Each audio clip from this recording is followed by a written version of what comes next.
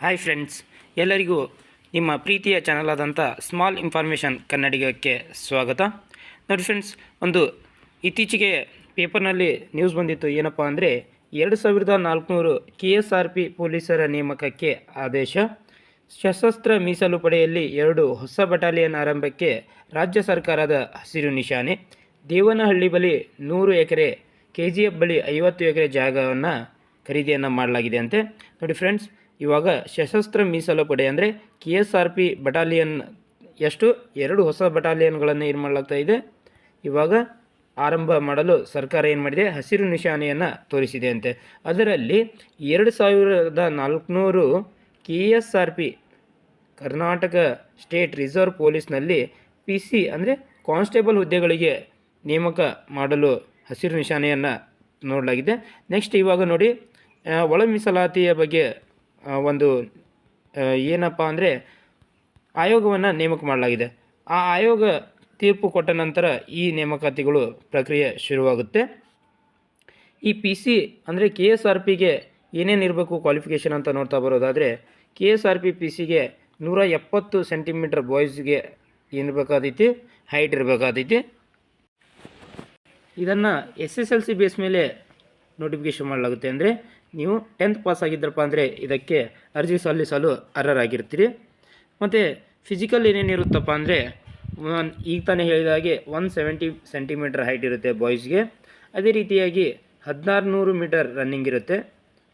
1600 metre running ಎಷ್ಟು ನಿಮಿಷಪ್ಪ ಅಂದರೆ 6 ನಿಮಿಷ 30 ಸೆಕೆಂಡ್ಗಳಲ್ಲಿ ನೀವೇನು ಮಾಡಬೇಕು, ಓಡಬೇಕಾಗುತ್ತೆ. ಅದೇ ರೀತಿಯಾಗಿ ಹೈ ಜಂಪ್ ಇರುತ್ತೆ, ಅದೇ ರೀತಿಯಾಗಿ ಲಾಂಗ್ ಜಂಪ್ ಇರುತ್ತೆ. ಮತ್ತು ಗುಂಡು ಎಸೆತ, ಇವುಗಳಲ್ಲಿ ನೀವೇನು ಮಾಡಬೇಕಾಗುತ್ತೆ, 1600 ಮೀಟರ್ ಓಟವನ್ನು ಏನು ಮಾಡಬೇಕಾಗುತ್ತೆ, ಕಂಪಲ್ಸರಿಯಾಗಿ 6 ನಿಮಿಷ 30 ಸೆಕೆಂಡ್ನಲ್ಲಿ ಕಂಪ್ಲೀಟ್ ಮಾಡಬೇಕಾಗುತ್ತೆ. ಅದರ ಜೊತೆಗೆ ಹೈ ಜಂಪ್ ಅಥವಾ ಲಾಂಗ್ ಜಂಪ್ ಇವೆರಡರಲ್ಲಿ ಒಂದು ಮಾಡಬೇಕಾಗುತ್ತೆ. ಗುಂಡು ಎಸೆತ ಕಂಪಲ್ಸರಿ ಇರುತ್ತೆ. ಅದ್ರ ಜೊತೆಗೆ ಹೈಟ್ ಅಂತೂ 170 ಸೆಂಟಿಮೀಟರ್ ಕಂಪಲ್ಸರಿ.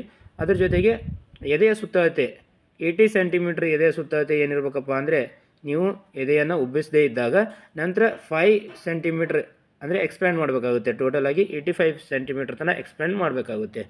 ಓಕೆನಾ? ಇದಿಷ್ಟು KSRP ಪೊಲೀಸರ ನೇಮಕಾತಿ ಬಗ್ಗೆ ಆಯಿತು.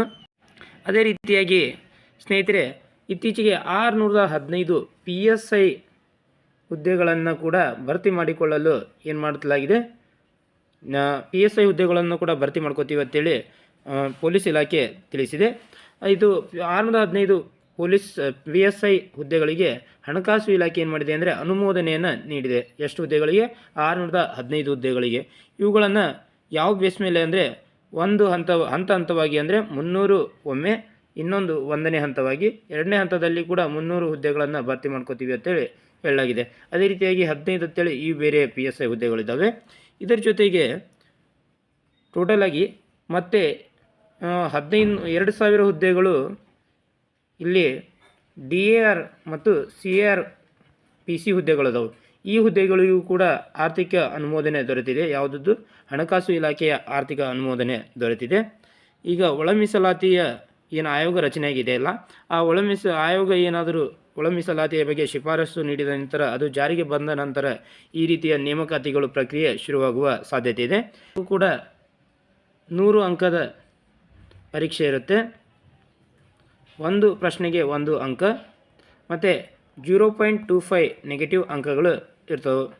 ಇದಿಷ್ಟು ಏನಾಗಿತ್ತಪ್ಪ ಅಂದರೆ ಇವತ್ತಿನ ಜಾಬ್ಗೆ ಸಂಬಂಧಪಟ್ಟಂತೆ ಇನ್ಫಾರ್ಮೇಷನ್ ಆಗಿತ್ತು. ಇದೇ ರೀತಿಯಾಗಿ ಇನ್ನಿತರ ಇನ್ಫಾರ್ಮೇಷನ್ಗಳಿಗಾಗಿ ನಮ್ಮ ಚಾನಲನ್ನು ಸಬ್ಸ್ಕ್ರೈಬ್ ಮಾಡ್ಕೊಳ್ಳಿ. ಧನ್ಯವಾದಗಳು.